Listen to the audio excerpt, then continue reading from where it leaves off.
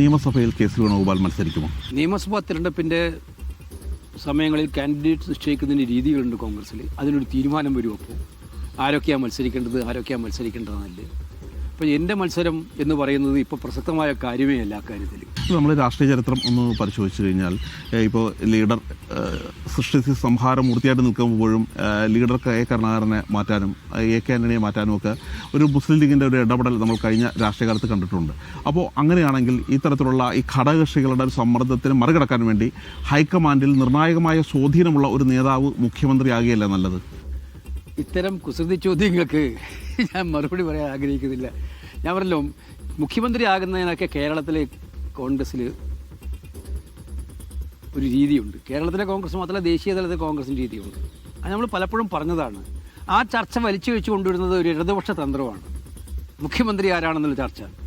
അപ്പോൾ അതിനകത്ത് അത്തരം ചർച്ചകളിലേക്ക് വീഴാൻ ഞാൻ ഉദ്ദേശിക്കുന്നില്ല. എന്തായാലും ഞാൻ പലപ്പോഴും പറഞ്ഞിട്ടുണ്ട്, എൻ്റെ രാഷ്ട്രീയ ലക്ഷ്യത്തിനകത്ത് ഏതെങ്കിലും ഒരു ചെയർ ലക്ഷ്യം വെച്ചുകൊണ്ടുള്ള യാത്രയല്ല ഉണ്ടായിരുന്നത്. പാർട്ടി എനിക്ക് അവസരങ്ങൾ ഒരുപാട് തന്നിട്ടുണ്ട്. പാർട്ടിയുടെ പറയുന്നതനുസരിച്ച് പ്രവർത്തിക്കാൻ എല്ലായ്പ്പോഴും തയ്യാറായിട്ടുണ്ട്. അതല്ലാതെ ഇന്ന രീതിയിൽ എനിക്കായേ പറ്റുള്ളൂ എന്നുള്ള ചിന്താഗതിയുമായിട്ട് പോകുന്ന ആളല്ല ഞാൻ. അപ്പോൾ പാർട്ടിയുടെ തീരുമാനങ്ങൾക്ക് വിധേയനായിട്ട് പൂർണ്ണമായി നിൽക്കുന്ന ഒരു പാർട്ടി പ്രവർത്തനത്തിൽ ഇത്തരം ചർച്ചകൾക്ക് യാതൊരുമായിട്ടുള്ള പ്രസക്തിയിപ്പില്ല. അത്തരം ചർച്ചകൾ തന്നെ നമ്മുടെ രാഷ്ട്രീയ എതിരാളികൾ കൊണ്ടുവരുന്ന ഒരു കെണിയാണെന്ന് വിശ്വസിക്കുന്ന ഒരാളാണ്. അതുകൊണ്ട് മുഖ്യമന്ത്രിയെ ഉയർത്തിക്കാട്ടിക്കൊണ്ടുള്ള ഇലക്ഷൻ അല്ലല്ലോ കേരളത്തിൽ നടക്കാൻ പോകുന്നത്. അല്ല, തെലങ്കാനയിലും അങ്ങനെ ആയിരുന്നില്ലല്ലോ നടന്നത്. പക്ഷേ മുഖ്യമന്ത്രിയെ ഉയർത്തിക്കാട്ടുള്ള തെരഞ്ഞെടുപ്പ് തന്നെയല്ലായിരുന്നു തെലങ്കാനയിൽ നടന്നത്. വിജയിക്കുകയും ചെയ്തിരുന്നു. അല്ല. തെലങ്കാനയിൽ മുഖ്യമന്ത്രി ഉയർത്തിക്കാട്ടിയിട്ടില്ല. ഒരു സ്റ്റേറ്റിൽ ഞങ്ങൾ, കർണാടകത്തിൽ ഉയർത്തിക്കാട്ടിയിട്ടില്ല, ഹിമാചലിൽ ഉയർത്തിക്കാട്ടിയിട്ടില്ല. ഒരു സ്റ്റേറ്റിൽ ഞങ്ങൾ മുഖ്യമന്ത്രി ഇന്നാളാണെന്ന് പറഞ്ഞ് മത്സരിക്കാറേ ഇല്ല.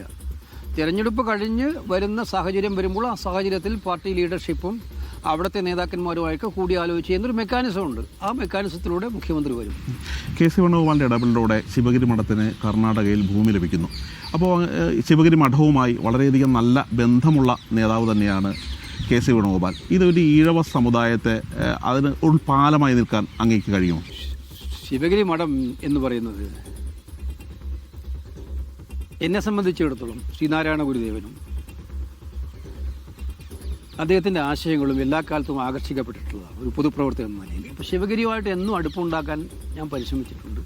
അവിടെ പോകാറുണ്ട്. അത് പരിപാടികൾക്ക് മാത്രമല്ല, അല്ലാത്തപ്പോഴും ഞാൻ മന്ത്രിയായിരുന്ന കാലഘട്ടത്തിൽ ശിവഗിരിയിലേക്കുള്ള ആദ്യത്തെ സർക്കാരിൻ്റെ സഹായങ്ങളിൽ എടുത്തു നോക്കിയാൽ ഇപ്പോഴും എല്ലാ സർക്കാരും നൽകുന്നുണ്ട് അവിടെ.